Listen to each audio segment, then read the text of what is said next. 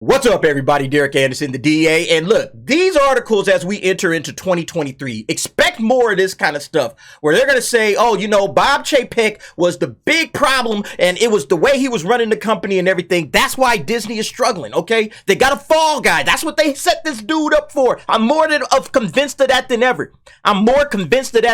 They set this chump up to be the fall guy for all of the problems that they already saw coming, okay? They knew that they were going to have issues because of the content that they had coming down the line, because of the way they were running their company. They needed a fall guy in case everything went left, and it did. And so now they got Bob Chapek to throw under the bus. This thing is absolutely hilarious, but let's go ahead and check this out. This is on the direct, how Disney's fired CEO damaged the company from the inside. All right, so it starts off saying, an insider perspective on how Bob Chapek negatively impacted the Disney company was released, and it kind of goes into, we knew what happened on November 21st. Biggest entertainment news of the year broke. Chapek was out. They put Bob Iger back in there like that's going to make any difference. But it goes on to say, even though his reign had came to an end, the effects of his decisions are still being felt in certain corners of the company, all right? And it goes in to say how he changed Disney's market. What this individual, this insider said is essentially that, Chapek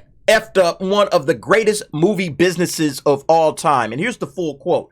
Chapek effed up one of the great movie businesses of all time. Disney for years had won the movies. You conditioned your audience that Disney animated events are no longer special. What are they talking about? Well, basically they're saying is this. Lightyear flopped, okay? It was a huge flop. And it's, these articles all came out and a lot of them were blaming, you guys kept pushing all of this Pixar stuff to Disney Plus. That's the reason why Lightyear flopped. Because everybody expected Lightyear to pop up on Disney Plus, and when it didn't pop up on Disney Plus, I guess they all just said, well, I guess I'll just wait to see Lightyear when it comes out on Disney Plus, right? That was the excuse that they gave. Nothing to do with the content. Not that this was a bad idea for a movie to begin with, okay? Not the fact that they spent $200 million on kind of a fringe idea, all right? Because the Toy Story franchise was about a specific thing, okay? Buzz Lightyear as a character, as the real-life Buzz Lightyear, was that something that people were really trying to watch? People were, oh, yeah, man, I want to see that. We already saw the Buzz Lightyear Star Command cartoon, so people kind of already got that feel, that fix. So everybody,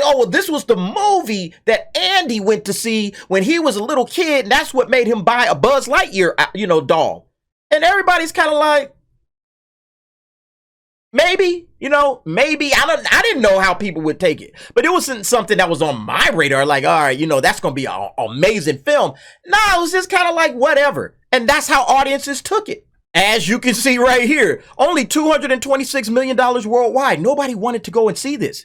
And they're saying, well, if Bob Chapek hadn't been pushing all of those Pixar films to Disney Plus, then we wouldn't have had that issue. People would have been conditioned, right? It would have been the condition to go and see these Pixar joints out in theaters like they always had been. Because Pixar had never had issues, okay? But Pixar had never made a film quite like Lightyear before either, okay? Coming off of a franchise, right? There's no Tim Allen in this, okay? And then you had Chris Evans making all of those stupid, hilariously bad takes on the fans that didn't want to go and watch this, or the fans that had a problem with having a same-sex kiss in this particular children's film. He had him making those comments, okay? So that backfired hilariously. And then the same-sex kiss itself was like, wait, a lot of people are going to not want to take their kids to see this. This is, again, a children's film, okay? They ain't paying attention to that. All right. All they're looking at is people were being conditioned to stay at home and see these children's films. They didn't want to go to theaters. So then why did Minions Rise of Gru almost make $1 billion? This movie almost clocked in $1 billion. Has nothing to do with families. We're just going to stay at home. We're worried about the pandemic. We don't want to get sick. We don't, all of those excuses that everybody kept coming out with when it came to Lightyear, those things just fall all apart when you start talking about stuff like Spider-Man No Way Home and Minions. Like, honestly, if you really wanted to go see Lightyear, okay, when Lightyear dropped, Lightyear came out about 2 weeks before Minions. If you really wanted to go see Lightyear, if that was like, oh man, we got to go check this thing out. And you're checking Disney Plus and you don't see it. All right. Well, where the hell is this thing? I guess it's in theater. All right, family, let's go check out Lightyear. That's how that situation would have went down. Okay. Some people figured it out. Other people said, nah, not worth it. Okay. But it was worth it here. So yeah, get out of here with that. Okay? This had nothing to do with the fact, well, Universal wasn't dropping Minions and all their little family content on Peacock. That's the reason why they flocked to the theaters to see Minions. No, it's because they wanted to see this movie. That's why they went there. And when they saw Lightyear, they just weren't interested. Minions did great. His films did great in the box office. People went to theaters multiple times, flocked in, okay? They got a nice international boost, okay? Because there were no politics, there was no progressive ideology or social agendas going on in these things, okay? Just pure family fun. And they made almost $1 billion. But then these guys have the argument, in addition to Luca and Soul being released straight to Disney Plus, Turning Red also denied a theatrical release, despite audiences filling up theaters for Spider-Man No Way Home. An industry agent expressed concern that Chapek's actions may have long-reaching effects. He's hurt the long-term family market, obviously. That's not going to be so fast to come back. The family market went out and saw Millions in droves. I don't want to hear it. I don't want to hear it. You got a content problem, Disney. You don't want to admit that? All of these little industry agents are just trying to dance around the issue, okay?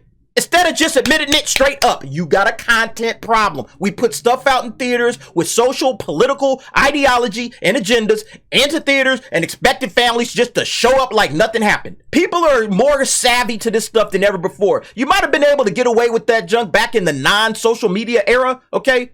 But now everybody's checking. Hey, man, what's in this movie? I want to know if this is okay for me to take my kids to this. Oh, Minions. It's just goofy little yellow guys having a blast. All right, cool. Let's go. Oh, wait. There's going to be some kind of a same-sex kiss in this thing? Oh, I don't know about that. Same thing with Strange World, right? Strange World was the exact same thing. Oh, it's not just a fun family adventure, huh? Oh, okay, it's got all kinds of identity politics. It's got all kinds of social messages. Listen, I don't care about any of that stuff. But if you're not focused on primarily entertaining kids, and you're giving these parents and these families something, everybody's like, I don't know about that. Yep, this is what you can expect right here. $67 million on almost a $200 million budget. Disney had nothing but confidence when they pushed this thing out there that this was going to just make a splash, okay? It was going to be a huge hit. That's why they put that amount of money into this thing. But what they didn't pay attention to is that parents are not with it, okay? Parents are not with that. Now, you can put that stuff on Disney Plus and whatever happens, happens. But in reality, if you try to get them into theaters, people are not going to spend their hard-earned cash on this.